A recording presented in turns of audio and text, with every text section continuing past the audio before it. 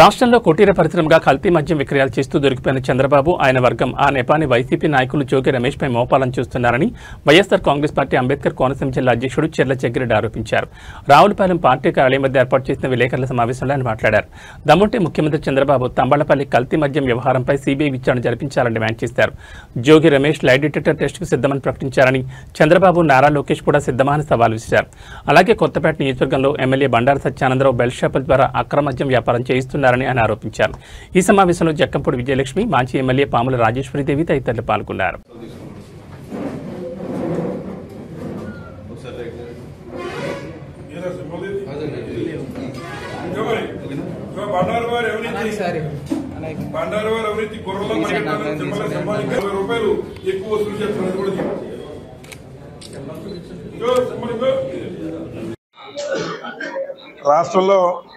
రాష్ట్రంలో నకిలీ మద్యం అమ్ముతూ కుటీర పరిశ్రమలు ఏర్పాటు చేసి దొరికిపోయినటువంటి నారా చంద్రబాబు నాయుడు అండుకో ఈ తెలుగుదేశం కూటమి నాయకులు ఎవరైతే ఉన్నారో వీరందరూ కూడా ఆ నెపాన్ని, ఆ యొక్క కార్యక్రమాన్ని వైఎస్ఆర్సీపీ మళ్ళీ నాయకుడైనటువంటి జోగి రమేష్ మీద నెట్టేటువంటి కార్యక్రమం వైఎస్ఆర్సీపీ శ్రేణుల మీద నెట్టే కార్యక్రమం చేస్తున్నారు.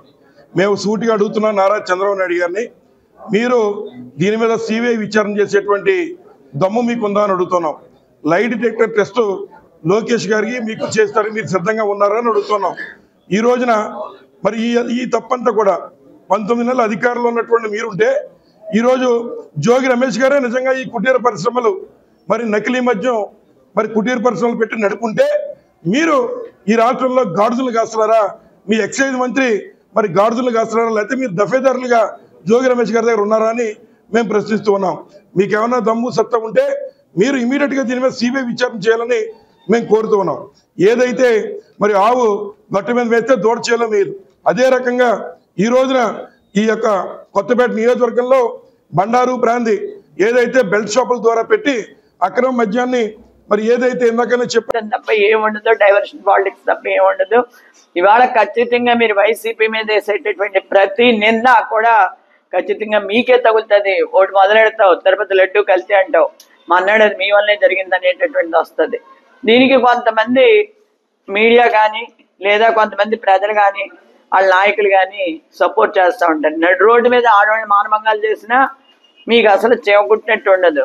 మీ నియోజకవర్గాల్లో తప్పులు జరుగుతున్నా అవి పట్టించుకోరు. మీ నియోజకవర్గంలో ఏం జరుగుతుందో కూడా తెలియనటువంటి దౌర్భాగ్యపు ఎమ్మెల్యేలు ఇవాళ ఈ రాష్ట్రంలో ప్రజాప్రతినిధులుగా ఉండటం ప్రజల కర్మ అనేటటువంటి వాస్తవమైనటువంటి విషయం. ఇవాళ మెడికల్ కాలేజీలు పేద పిల్లలు చదువుకోకూడదు. ఇవాళ మేధో సదస్సులు పెట్టినప్పుడు కూడా వాళ్ళు కూడా చెప్తున్నారు ఖచ్చితంగా గవర్నమెంట్ మెడికల్ కాలేజెస్ ఉండాలి అని. ప్రభుత్వం మెడికల్ కాలేజెస్ విషయంలో మామూలుగా ప్రైవేటీకరణ చేస్తారు. అదే రకంగా సారా ప్రైవేటీకరణ ఇంకేం దొరుకుతాయి. ఆ రోజుని మహాత్మా గాంధీ గారిని అవసరమైనప్పుడు గాంధీ గారి విగ్రహం, ఎన్టీఆర్ గారి విగ్రహం పెట్టుకుని ఊరి మీదకి వస్తారు. అది అయిపోయాక మాత్రం వాళ్ళ ఆశయాలు కానీ వాళ్ళ ఆలోచనలు కానీ వాళ్ళ లక్ష్యాలు కానీ మనం చేరుకోవాలనేటటువంటి ఆలోచన మాత్రం వీళ్ళకి రాదు. కళ్ళు మానండి బాబు, కళ్ళు తెరవండి అంటే మీరు కల్తీ సారా తాగండి బాబోయ్, హాస్పిటల్ పాలవండి బాబోయ్ అని చెప్పేసి అన్నారు.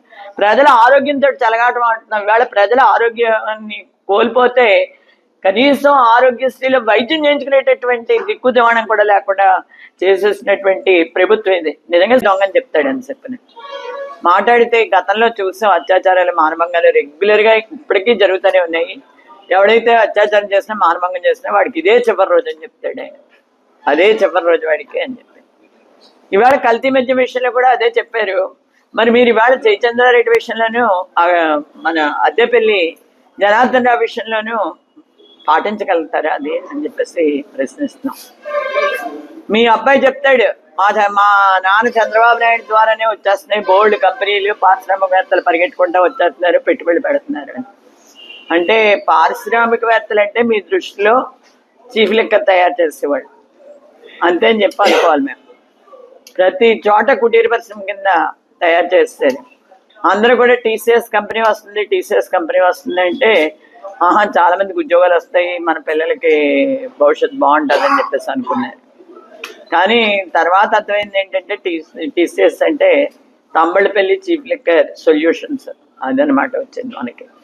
వీళ్ళు చేసేటటువంటి ప్రతి వ్యాపారం కూడా చాలా కల్తీ, అరాచకం, అన్యాయం, అక్రమాలతో కూడుకున్నది తప్ప ప్రజలకు మేలు చేసేటటువంటి విధానంలో మాత్రం ఒక్కరోజు జరగట్లేదు.